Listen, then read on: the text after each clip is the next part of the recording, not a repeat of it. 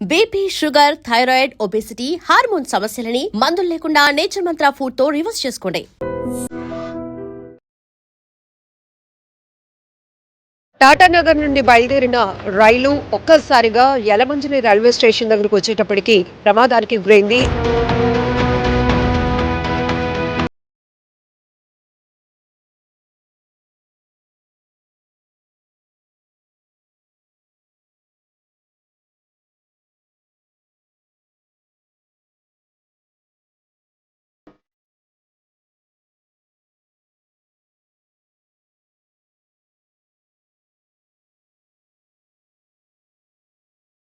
టాటానగర్ నుండి బయలుదేరిన రైలు ఒక్కసారిగా యలమంచిలి రైల్వే స్టేషన్ దగ్గరకు వచ్చేటప్పటికి ప్రమాదానికి గురైంది. ఎర్నాకుల్ ట్రైన్ చూస్తున్నారు కదా, ఆల్రెడీ M2B1 బోగీలు 2 పూర్తిగా దగ్ధమయ్యాయి. అందులో ఒక వ్యక్తి కూడా సజీవ దహనమైనట్లు తెలుస్తోంది. కానీ తెల్లారేసరికి ట్రైన్ యాక్సిడెంట్ అనేటప్పటికీ రైలు ప్రమాదం, రైల్లో పూర్తిగా మంటలు అలముకున్నాయని చెప్పి వచ్చినటువంటి వార్తలు ప్రతి ఒక్కరిని తీవ్ర భయాందోళనకు గురి చేశాయి. మరొక వైపు ఈ 2 బోగీల్లో ప్రయాణిస్తున్నటువంటి ప్రయాణికులు కూడా తమ ప్రాణాలు కాపాడుకోవటానికి భయంతో పరుగులు పెట్టినటువంటి పరిస్థితి ఉంది. అయితే 2 గంటల పాటు శ్రమించి 2 బోగీల్లో కూడా మంటలు పూర్తిగా అదుపులోనికి తీసుకొచ్చారు. మీ అందరికీ తెలుసు, ఫైర్ ఫైటర్స్ వాళ్ళ ప్రాణాలు తెగించి మరి ఎక్కడ ఎలాంటి ప్రమాదాలు విపత్తులు జరిగినా వాళ్ళ పనితీరు నిజంగా చెప్పాలంటే ఖచ్చితంగా మనం అందరం అప్రిషియేట్ చేయాల్సిందే.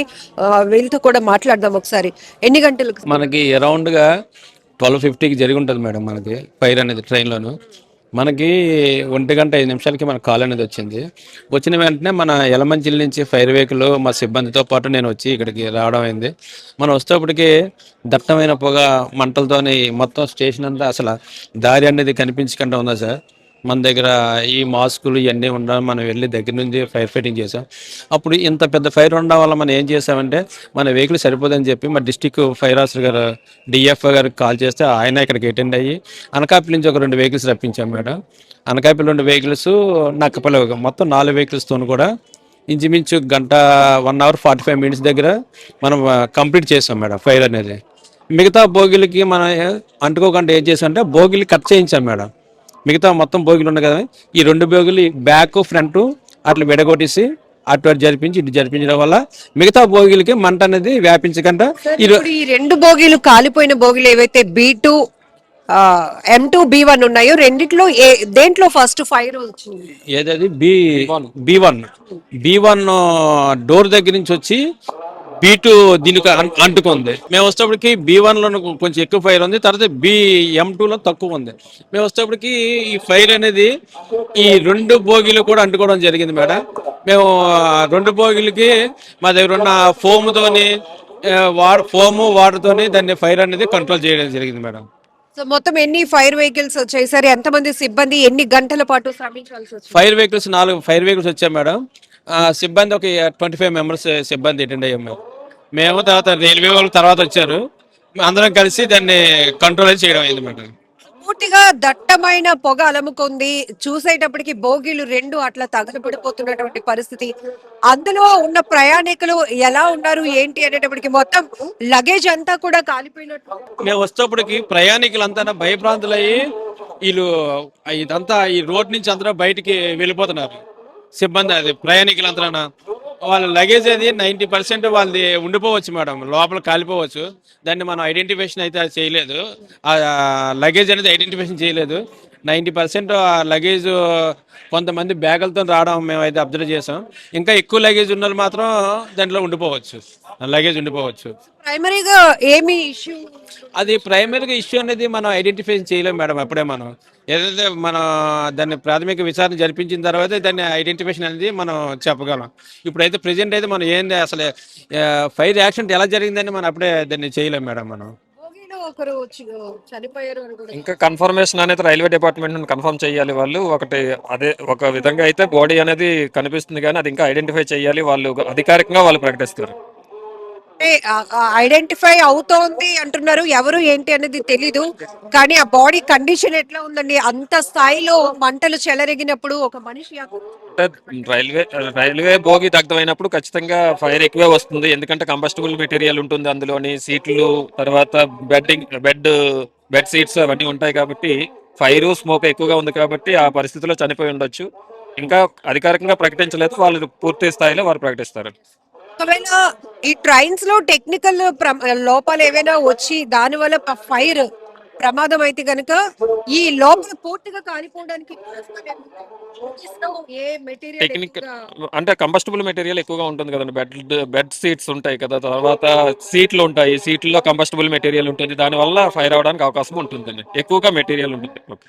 2 గంటలకు ఫోన్ వస్తే వచ్చాము మేము అంతే. 2 గంటలు మీ ఫోన్ వచ్చిందా? మా అబ్బాయి ఫోన్ వస్తే వచ్చాం అంతే. ఇక్కడ ఉంటారా ఎవరైనా నైట్ టైం ఉండము.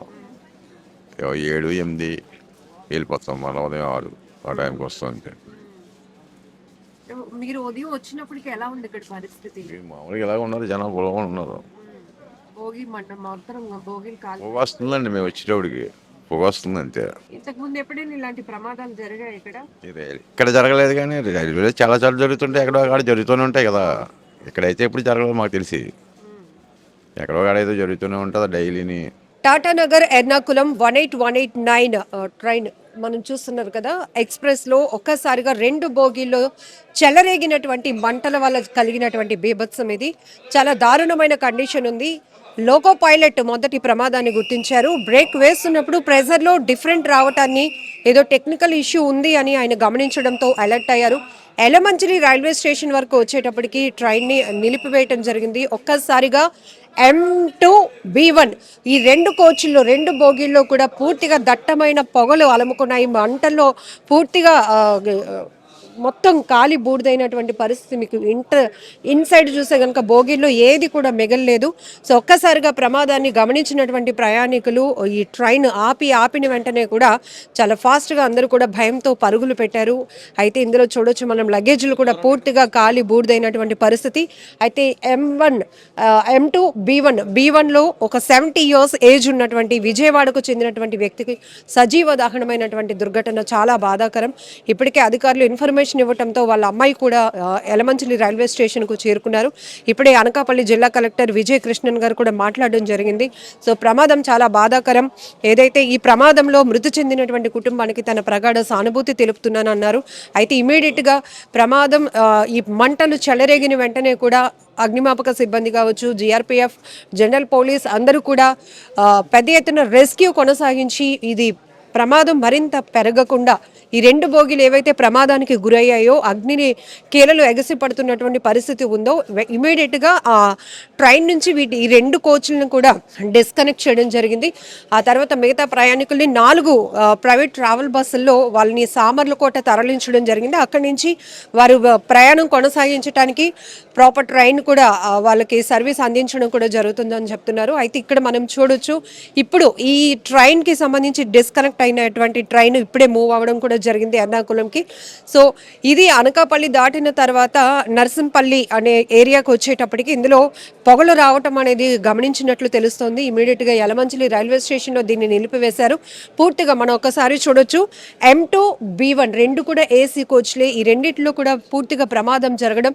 అలానే ఇప్పటికీ కూడా ఇక్కడ మీరు చూస్తున్నారు ఫుల్ సెక్యూరిటీ ఉంది. ఎందుకంటే ఇప్పటికీ కూడా safety commission of south central committee కూడా ఇక్కడికి చేరుకోవడం జరిగింది. రైలు ప్రమాదాలకి ప్రధానమైనటువంటి కారణాలు చూస్తే కనుక టెక్నికల్ ఇష్యూస్ ఎక్కువగా చూస్తున్నాం. అందులోనూ AC కోచ్లో జరుగుతున్నటువంటి ప్రమాదాలు కూడా ఇవన్నీ విశ్లేషించుకుంటే కనుక పూర్తిగా అసలు ప్రమాదానికి కారణమైతే కనుక పైలట్ చెప్తున్నట్టు బ్రేక్ వేసినప్పుడు ఆ ప్రెజర్లు డిఫరెంట్ ఆయన గమనించడం వల్ల ప్రమాదం జరిగింది. ఖచ్చితంగా ఇది యాక్సిడెంట్ అనే నిర్ధారణకు అయితే రావడం జరిగింది. అయితే లోపాలు గుర్తించే పనిలో కూడా ఇప్పటికీ కమిషన్ కావచ్చు విచారణ కూడా వేగవంతంగా కొనసాగిస్తున్నారు. బట్ తరచుగా ప్రయాణాలు అంటేనే ఒక రకమైన భయాందోళనకు గురి కావాల్సినటువంటి పరిస్థితి వస్తుంది. అది ట్రైన్, బస్, ఫ్లైట్ అని లేదు, రోడ్ల పైన ప్రయాణాలు ఇలా ప్రతిదీ ప్రమాదంగా మారుతూ ఉండటం అనేది మరింత బాధాకరమైన విషయం.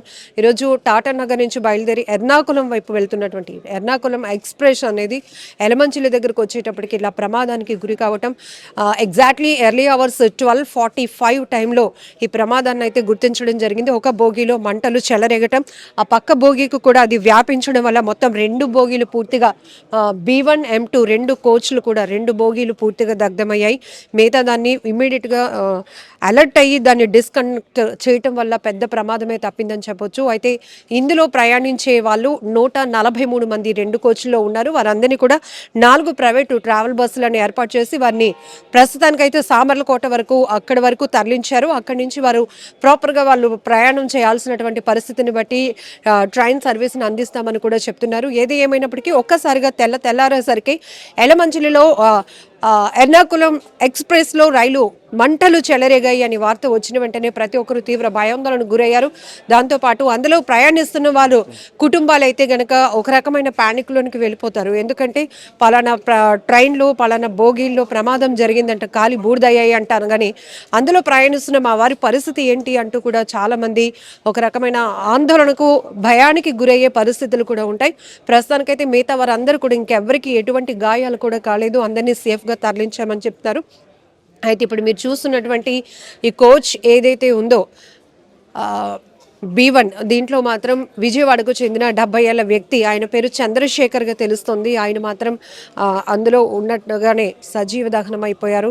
చాలా బాధాకరం. అయితే రెస్క్యూ కొనసాగించిన అగ్నిమాపక సిబ్బంది ఫైర్ ఫైటర్స్ కూడా ఆ మృతదేహాన్ని గుర్తించామని చెప్పారు. అయితే పూర్తిగా కాలిపోవడం వల్ల అది ఎవరు ఏంటి అనేది కూడా మేము చెప్పలేము, కానీ రైల్వే అధికారులు మాత్రం దాన్ని డిక్లేర్ చేయగలరు అన్నారు.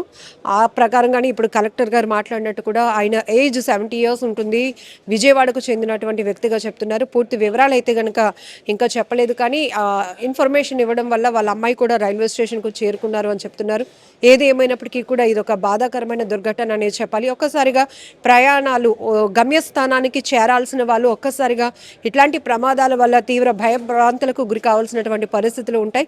అయితే మంటలు చెలరేగిన వెంటనే మాత్రం లోకో పైలట్ అలర్ట్ వల్ల పెద్ద ప్రమాదం తప్పిందని చెప్పాలి. సో లోకో పైలట్ ఇప్పుడు దీనికి డిస్కనెక్ట్ చేసినటువంటి ట్రైన్ కూడా ఇప్పుడే మూవ్ ఆన్ అయింది. ఎందుకంటే ఇప్పటికే ఆలస్యం అయింది చాలాసేపు. ఆ పైలట్తో కూడా అనకాపల్లి జిల్లా కలెక్టర్ విజయకృష్ణన్ గారు మాట్లాడడం జరిగింది. అసలు ఏం జరిగింది, పూర్తిగా ప్రమాదానికి కారణం ఏంటి అని కూడా ఆమె అడిగి తెలుసుకున్నారు. ఆ తర్వాత మీడియాకి అడ్రస్ చేస్తూ కూడా ప్రమాదానికి సంబంధించి పూర్తి డీటెయిలింగ్ కూడా ఇవ్వడం జరిగింది. ఎలమంచలి స్టేషన్లో train number 18189 Tatanagar to Ernakulam వెళ్ళే ఎర్నాకుళం ఎక్స్ప్రెస్లో బ్రేక్ వేసినప్పుడు ప్రెషర్లో డిఫరెన్స్ వస్తుంది అని ట్రైన్ ఇంజిన్ అలర్ట్ చేయడం వల్ల లోకో పైలట్ మన స్టేషన్స్ మాస్టర్స్ అది నోటీస్ చేయడం, అక్కడ నుంచి స్మోక్ రావడం, ప్రయాణికుల్ని సేఫ్గా వాళ్ళు ఎవాక్యుయేట్ చేశారు. 143 మెంబర్స్, మొత్తం 2 కోచ్. దాంట్లో పుష్ అండ్ పుల్లో ఒక 75-year-old person, native of Vijayawada, unfortunately చనిపోయడం జరిగింది. సో వాళ్ళ డాక్టర్కి కూడా ఇన్ఫర్మేషన్ ఇచ్చాము. డాక్టర్ కూడా స్టేషన్కి వచ్చి ఉన్నారు. మన రైల్వేస్ ఫారెన్సిక్ డిపార్ట్మెంట్ వచ్చిన తర్వాత యాక్సిడెంట్ దేని వల్ల జరిగింది, ఆ కోచ్ రెండిట్లో అనేది అసర్టైన్ చేస్తారు. దీని లోపల మనం స్ట్రాండ్ అయిన ప్యాసింజర్స్ అందరికీ కావాల్సిన మిల్క్, బ్రెడ్, బిస్కెట్స్, వాటర్ అన్నీ అందించడం జరిగింది డిస్ట్రిక్ట్ అడ్మినిస్ట్రేషన్ తరఫున.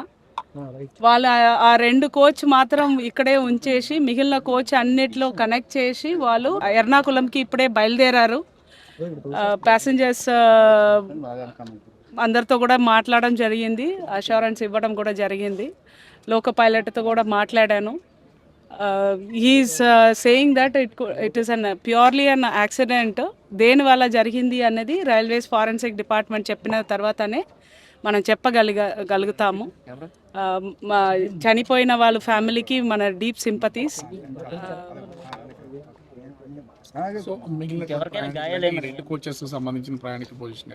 వాళ్ళు 143 మంది 2 కోచెస్ సంబంధించిన వాళ్ళు. వాళ్ళందరినీ 4 బస్సులో ఇక్కడే కమర్షియల్ వింగే అరేంజ్ చేసి వాళ్ళని సామర్లకోట స్టేషన్ తీసుకెళ్లారు. అక్కడ నుంచి కనెక్టింగ్ ట్రైన్ పెట్టేసి వాళ్ళని వాళ్ళ డెస్టినేషన్కి తీసుకెళ్ళిపోతారు.